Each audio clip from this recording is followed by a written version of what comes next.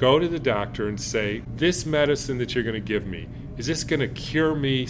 I can guarantee the answer will be, ha ha ha, no, that can't happen. The tragedy of medicine, as I often say, is not that we can't cure everything. The tragedy is, A, we don't try.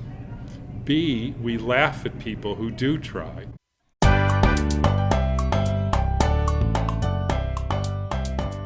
Welcome to the Wise Traditions podcast, sponsored by the Weston A. Price Foundation for Wise Traditions in Food, Farming, and the Healing Arts.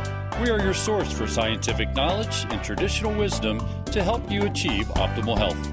I'm your host, Hilda Labrada Gore, and today we are in conversation with an unconventional doctor, unconventional in every sense of the word. Our guest is Dr. Tom Cowan, a holistic doctor with a private practice in California. Tom has been described as an encyclopedia of traditional healing methods.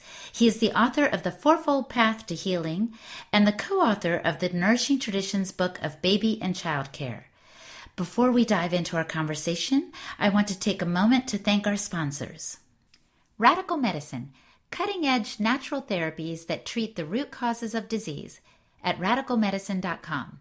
And BioCult, the experts in probiotics, biocult.com. And Real Milk, nature's perfect food at realmilk.com. Now on to the conversation with Tom Cowan.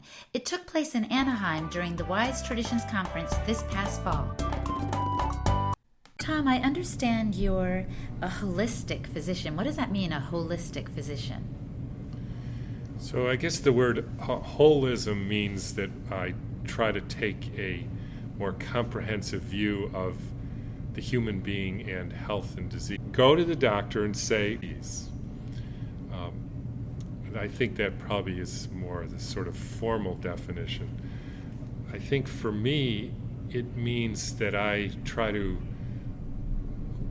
look at what I would call deeper reasons behind why people get sick and then why they get well. And how did you get into this? Well, I would say that I was in some ways groomed to be a doctor as an early child, teenage years, etc. On the other hand, though, I was, from the word go, very skeptical of the many doctor friends that my parents had. They exposed me to lots of doctors, and every once in a while I would go and spend time in their office or in the hospital, and I would sort of drive them crazy because there was something in me that just didn't buy it. And the thing that I didn't buy was what I call the superficiality of their conclusions. I can give you an example if you'd like. Love it, yes.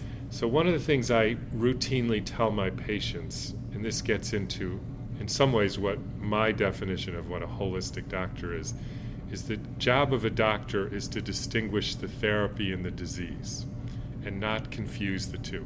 Mm-hmm. And the simplest example I use is, let's say you get a splinter in your finger and don't take it out. So what happens next is you get pus around the splinter. So then you go to the doctor and you say, look, I have pus in my finger. And he says, oh, the pus is the disease, let's give you an antibiotic and get rid of it. Well, that's obviously, let's use the word silly, because the pus is the therapy for the splinter. And the only solution for it, this problem, because the splinter is the disease, the pus is the therapy, right, is to take the splinter out. And then the pus miraculously will go away on its own. Now, that's a stupid example, and probably even doctors don't make that mistake. Right. But let's take another example. Routinely in medical offices around the country and the world, you see people who smoke. So those people are putting splinters in their lungs. And then they go to the doctor because they have, quote, bronchitis, which means they're coughing up mucus and debris. So they go to the doctor and he says, you have bronchitis, you have to take this antibiotic. Well, the reality is the mucus and coughing and fever, etc., are the pus. They're the way to get the debris out of your lungs. And if you make that philosophical mistake, meaning you're confused between the therapy and the disease, and you keep giving people antibiotics for the splinters in their lungs, what happens is they do that twice a year for 20 years, which is the usual history of smokers, and then they get lung cancer. So what is lung cancer? This is a little simplistic, I would admit, but lung cancer is a bag of debris in your lungs. Wow. Why is it there? Because somebody stopped you from getting it up and out. Who? The doctor. Why did he do that? Because he's confused. He's confused between the therapy and the disease. And that's why all natural medicines, or what I would call any rational approach, so to me, it's not really holistic, it's just sensible. A sensible approach is to help the person get the debris out of their lungs and then say, don't put any more debris in your lungs. So you could see this as a teenager. That's why you were bothering all the doctors that you met. Like you Yes. kind of intuited something's not right here. Right. They would ask them, why do I have this? I'll answer, and whenever you ask a doctor why you have such and such, they say genetics, stress, or I don't know. Why do I have lupus? Why do I have rheumatoid arthritis? Why do I have cancer? Why do I have pus in my lungs? I don't know. It's stress.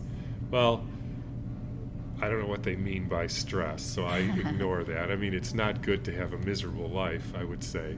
But the reality is most of these things are reactions of the body, which are therapeutic reactions. And only a silly person would base their career on stopping therapeutic reactions. Unfortunately, that silliness extends to 99% of medical practice. They get rid of the effect, not the cause. Now, the way you can tell that somebody is dealing with effect and not cause is if, just like imagine if you treated the splinter with antibiotics.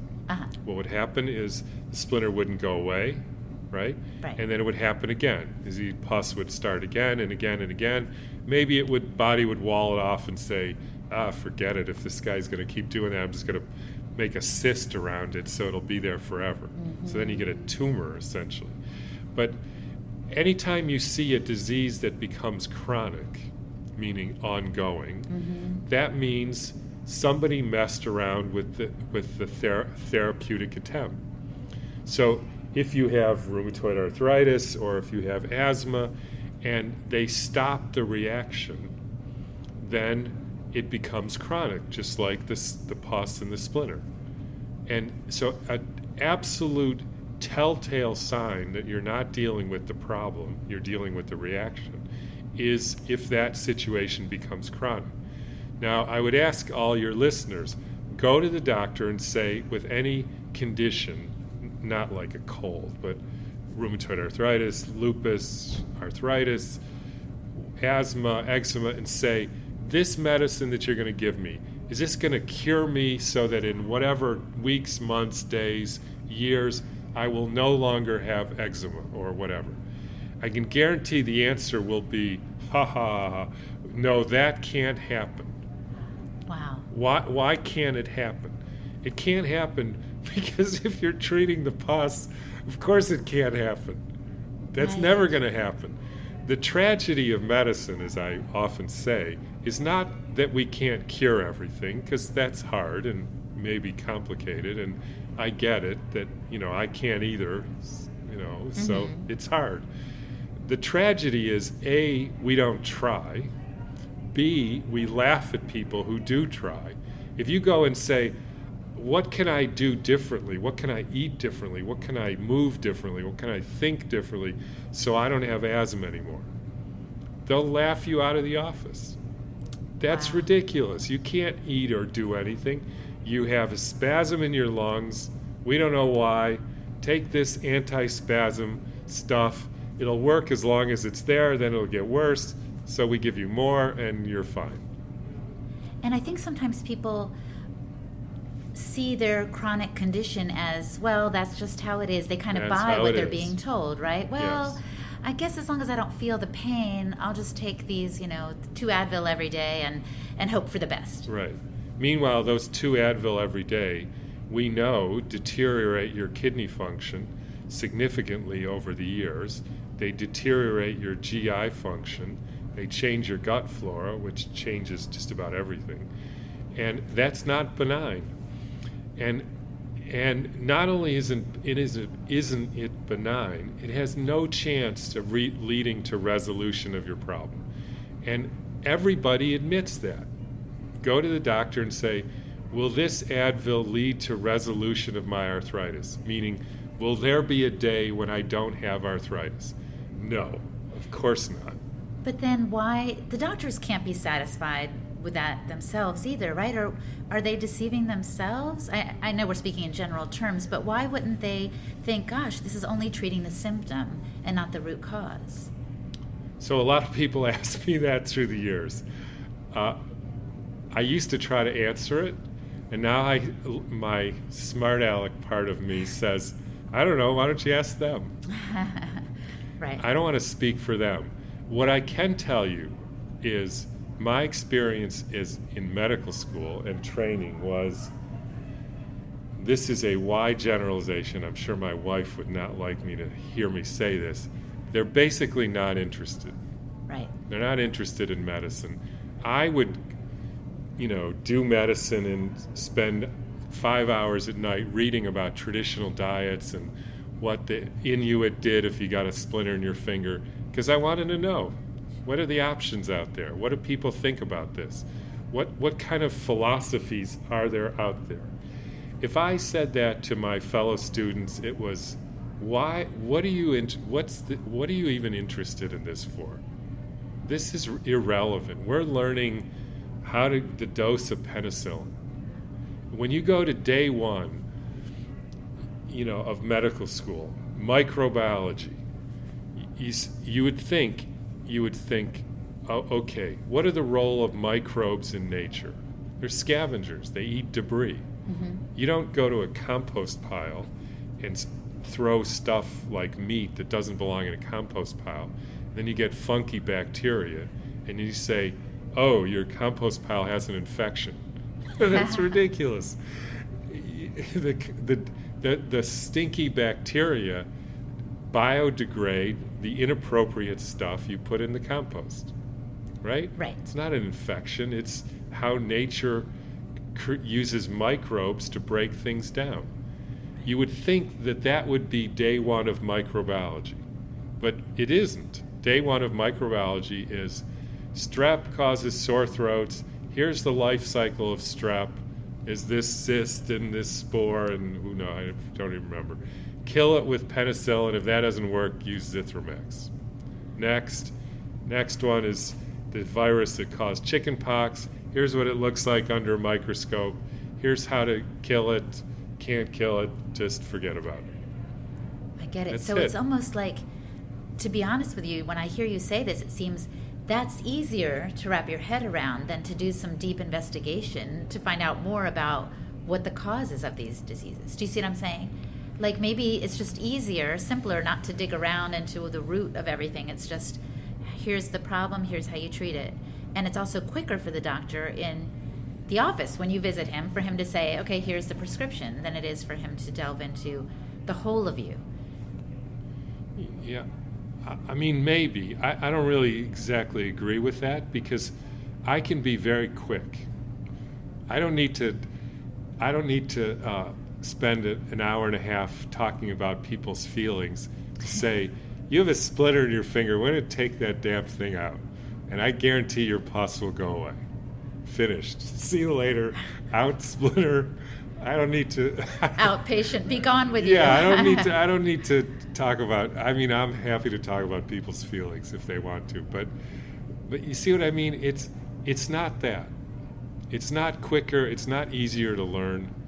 It's easy to learn why microbes live in nature. It just takes a little bit of interest. It's not that. It's a manipulated system. It's manipulated so that we create consumers of medicine. That's what's behind it, not that this is so difficult to learn, or it's not quick, or it's just a business. We'll get back to the program in just a moment. We like to stop and thank our sponsors. Radical Medicine, cutting-edge natural therapies that treat the root causes of disease. In this modern toxic world, general health guidelines are no longer adequate for most people.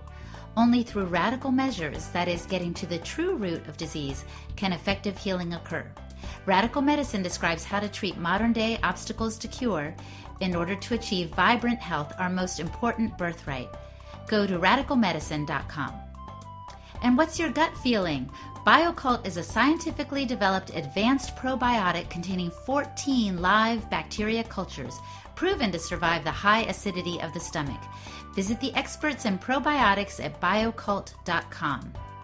And Real Milk, pasture-fed, unprocessed, full-fat, nature's perfect food. Find out about the benefits of real raw milk and where you can obtain it at realmilk.com. And now back to our program. And you teach people to be purveyors of the business model, and they're good at it. So I'm thinking, okay, I want to opt out of that business. I'm an individual with some chronic pain. What should I do first? Should I see a holistic doctor?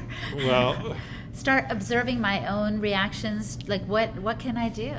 So, anybody like myself who's done this for 30 years, we have things we say over and over again and drive all our family members crazy, because if he says that one more time, I'm going to scream. So, but none of my family members are here, so I can say it anyways.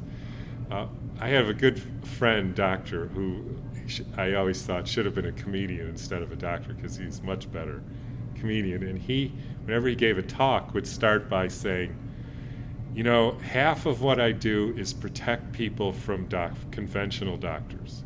And usually it was to a holistically minded crowd, so everybody would laugh. And then he'd wait till the laughing goes away, and then he said, and the other half is protect them from alternative doctors. Uh-huh. And lots of times they wouldn't laugh so hard at that. And that's why when you say, should I see a holistic doctor? Maybe.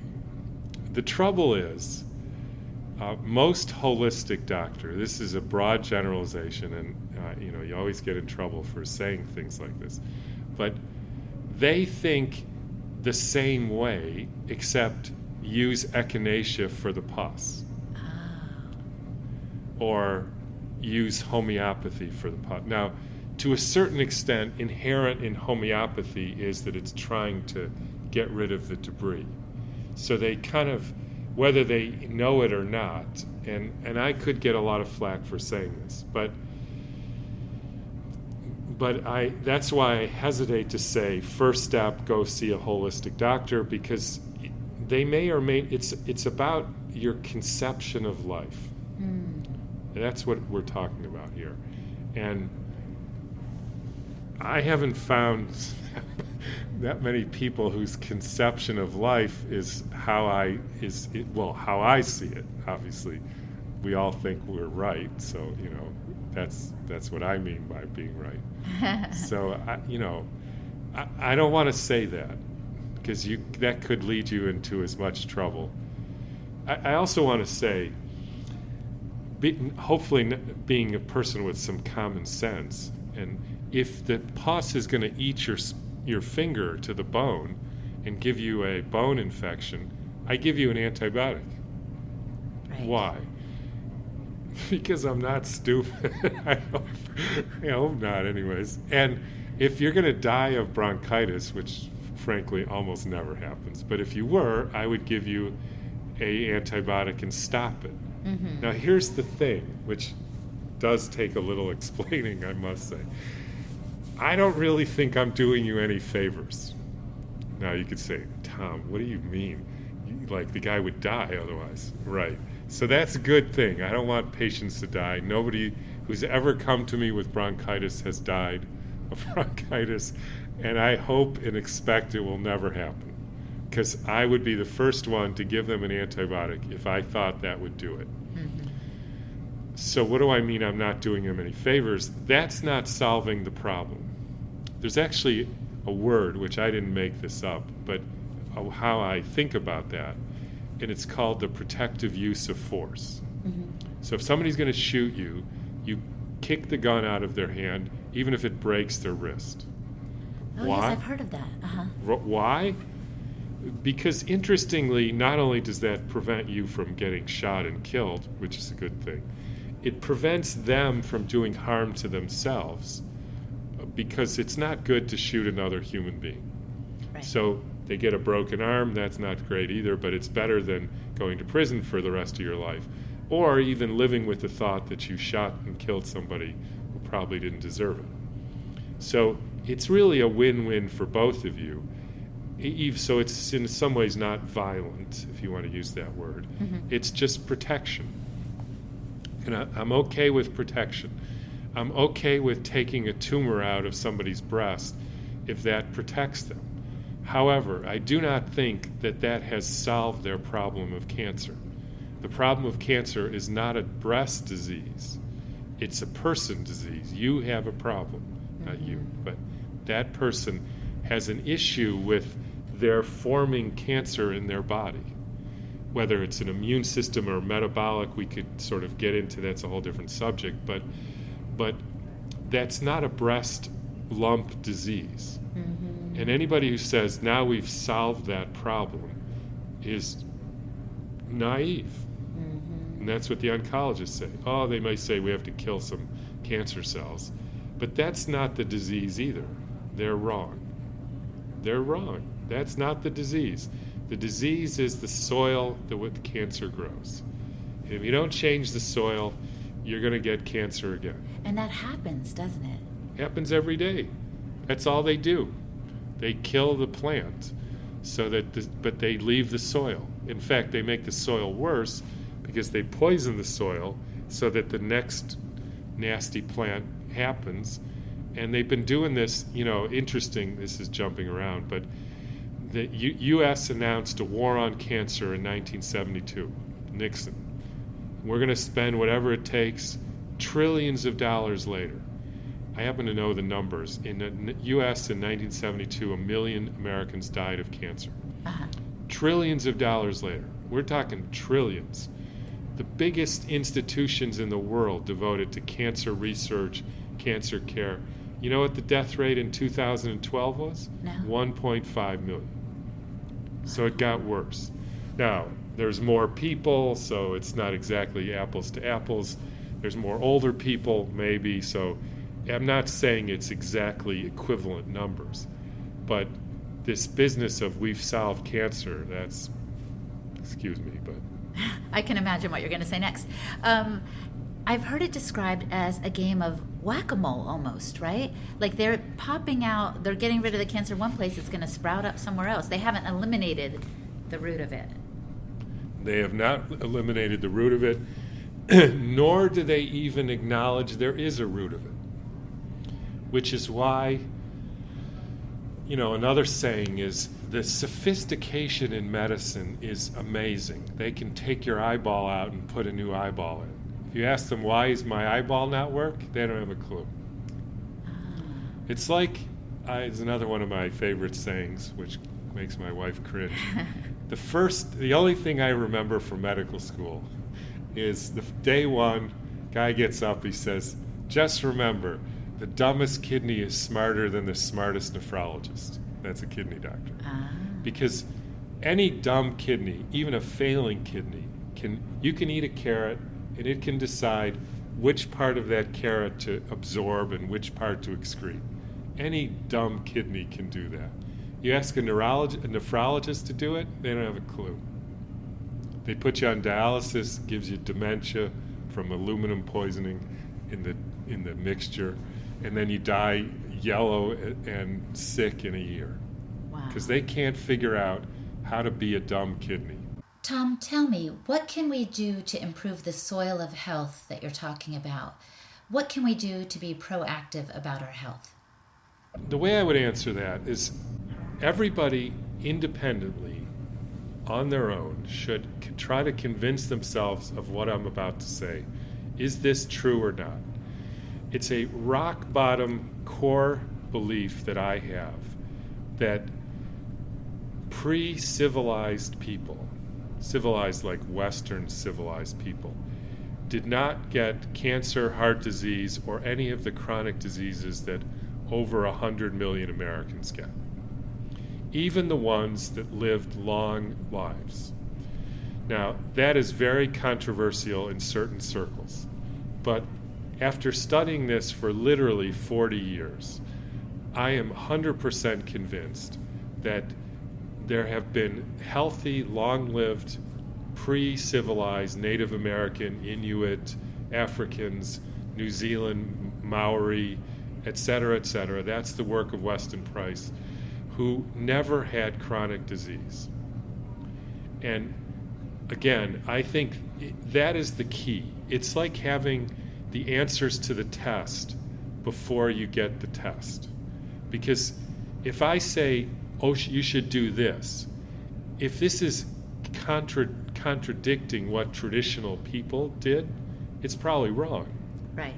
And so I use that as a kind of guidepost. If somebody asks me, what time should I go to bed? Nobody does, but if they did, I would say, go to bed when it gets dark. Why? That's what traditional people did. They didn't have your problem like cancer or heart disease. And then they woke up when it got light and they were good. There's a lot of physiology behind why that's better for you. But I already know the answer to that question because I know what they did. Why did they do that?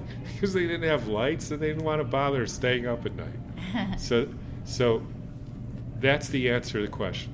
So then there's a lot of interest in this because of the paleo movement, millions of copies of books, the ancestral diet movement, the Weston Price Foundation. You know, we believe, all those people, that healthy indigenous people didn't get sick. To me, it's proven beyond a shadow of a doubt.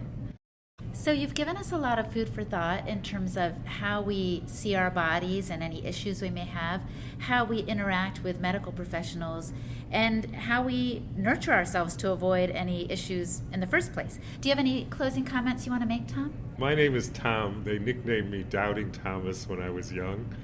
And I would say just don't believe anybody. Don't believe me. Don't believe your doctor. Look into it for yourself. Figure out what you think is right. Figure out what works for you. Even if somebody says eat this vegetable, if you get a stomach ache when you eat it, don't eat it. Period. Thanks for listening today. If you like what you heard, please review this podcast on iTunes and let the world know. Also, you can find out more about our guests and today's topic by going to our website, westinaprice.org. Click on the word podcast to find more information and pertinent links. If you're interested in finding out more about healthy living in general, look for a Weston A. Price chapter near you. Again, go to our website, westinaprice.org, and click on the sidebar to find a local chapter. You'll find a group of like-minded people in your area that can help you on your journey to optimal health. Again, thanks for listening. Wise Traditions is brought to you by the Weston A. Price Foundation for wise traditions in food, farming, and the healing arts.